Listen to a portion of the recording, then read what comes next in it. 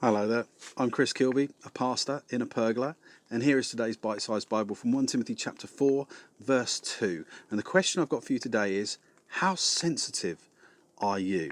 How sensitive are you? You see, in this little verse that we're going to read today, Paul has been warning Timothy about the dangers of false teaching in the church there in Ephesus. But now he turns to those that are bringing the false teaching, the false teachers themselves. Let me read you verse 2. It says this, Paul says, "Such teachings come through hypocritical liars whose consciences have been seared as with a hot iron."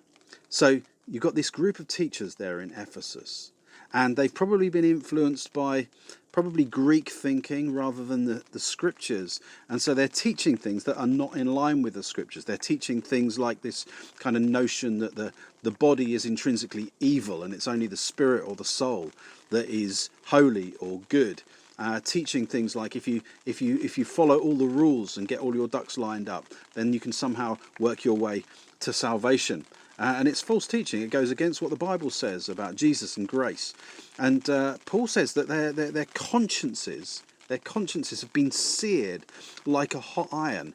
And it's almost the Greek origins of that word seared. It's the word from which we derive the word cauterized. When you cauterize a wound and you desensitize it by burning off the nerve endings. And it's almost as if these teachers have got so used to their lies that they've begun to believe them themselves, and they've been desensitized to the truth. And so there's a challenge there. It's almost as if they've become professional liars. And so the implication is it's possible for all of us, if we sit in things that are untruth for long enough, we get desensitized to truth. And that's why it's important to be part of a church community where you're getting regular teaching week after week. Because when you're coming up against truth, it's very much easier to stay in the truth and not to drift off into error. Most of us become desensitized to truth when we just drift off incrementally into error and we start believing things that aren't true. And the world will throw at us all sorts of things that aren't true through media, through the news, through public opinion.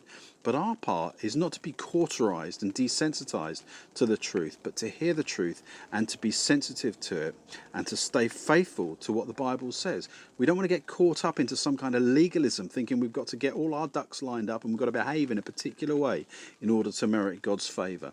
We also don't want to fall into kind of a prosperity gospel where we just presume on God that he's going to bless us with abundant blessings irrespective of our attitudes and our behavior. Neither of those positions represent the true gospel, which is a gospel of grace. God giving us the things that we don't deserve, not because we've made any great effort, but because we are loved by him. So how sensitive are you? Are you sensitive to the things of God, or have you been cauterized and been believing things that are not true about yourself, about God, and about others? That was today's bite-sized Bible from 1 Timothy chapter 4, verse 2. I'm Chris Kilby, a pastor in a pergola, and I shall look forward to seeing you next time.